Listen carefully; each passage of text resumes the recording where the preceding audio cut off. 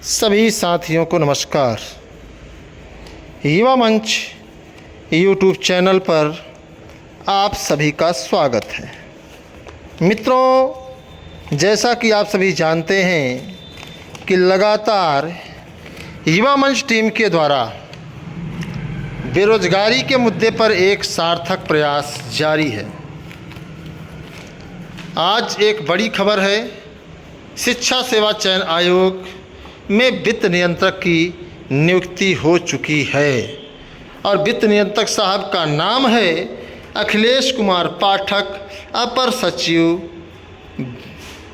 वित्त, उत्तर प्रदेश लोक सेवा आयोग। फिर से आप सुन लीजिए, अखिलेश कुमार पाठक जी जो लोक सेवा आयोग में अपर सचिव वित्त थे, उनको एक कार्यभार दे दिया गया है। शायद समाचार पत्रों के माध्यम से आज की जो मैं बात आपको बता रहा हूँ, कल देखने को मिल सकती है।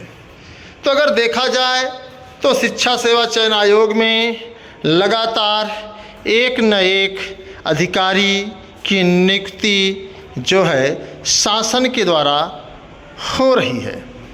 ये अलग बात है कि जो नियुक्ति हो रही है वो सिर्फ और सिर्फ कार्यवाहक या उनको एक्स्ट्रा प्रभार दिया जा रहा है, अतिरिक्त प्रभार दिया जा रहा है, लेकिन नियुक्ति हो रही है। ये आप सभी के संघर्षों का एक दबाव है, ये आप सभी के प्रयासों का एक दबाव है।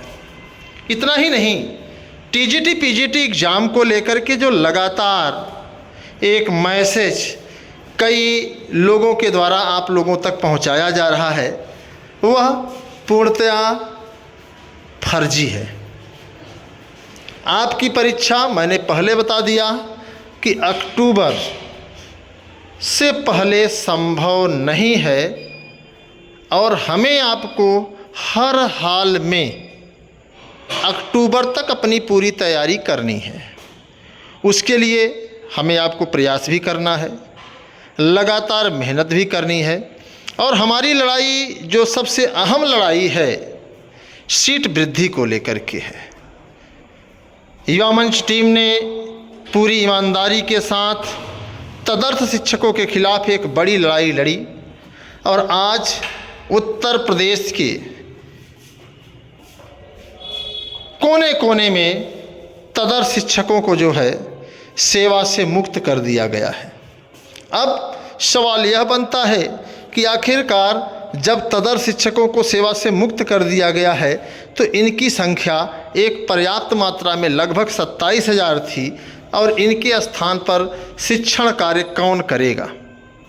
तो मित्रों, बहुत स्पष्ट बता दें कि हमें आपको थोड़ा सा दबाव बनाना है, हमें आपको थोड़ा सा अपना प्रभाव दिखाना है, हमें आपको थोड़ा सा एकजुटता दिखानी है।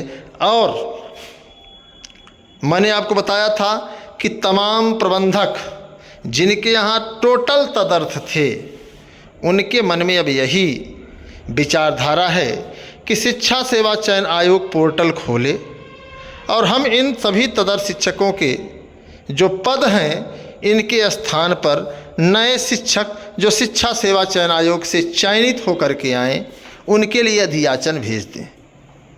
तो एक बड़ी खबर है और जैसा कि आप जानते हैं कि आपको लगातार युवा मंच टीम सही गाइड करती है, सही दिशा में लेकर चलती है। तो टीजीटी का एग्ज़ाम स्पष्टतः आपको बता दूं कि किसी भी दशा में जुलाई में नहीं होगा, आपका एग्ज़ाम अक्टूबर में कराने को लेकर के युवा मंच टीम लगातार प्रयासरत है और कोशिश यही रहेगी कि हर हाल में सितंबर लास्ट और अक्टूबर में परीक्षा हो। 4 जून के बाद हम लोग सक्रिय हो जाएंगे और गंभीर हो जाएंगे कि ताकि शिक्षा सेवा चयन आयोग आपकी परीक्षा कराने के लिए तत्पर हो जाए। इतना ही नहीं मित्रों, पुलिस भर्ती की परीक्षा को लेकर के तमाम मैसेज वायरल हो रहे हैं, जबकि ऐसा पुलिस भर्ती बोर्ड के द्वारा कोई संदेश नहीं है। LTGIC की अगर हम बात करें तो उसके लिए 4 जून के बाद हम लोगों का प्रयास शुरू हो जाएगा और कोशिश यही रहेगी कि जुलाई तो नहीं कहा जा सकता, लेकिन अगस्त में आपका विज्ञापन आ जाए। अब आपकी सक्रियता बहुत ज़रूरी है।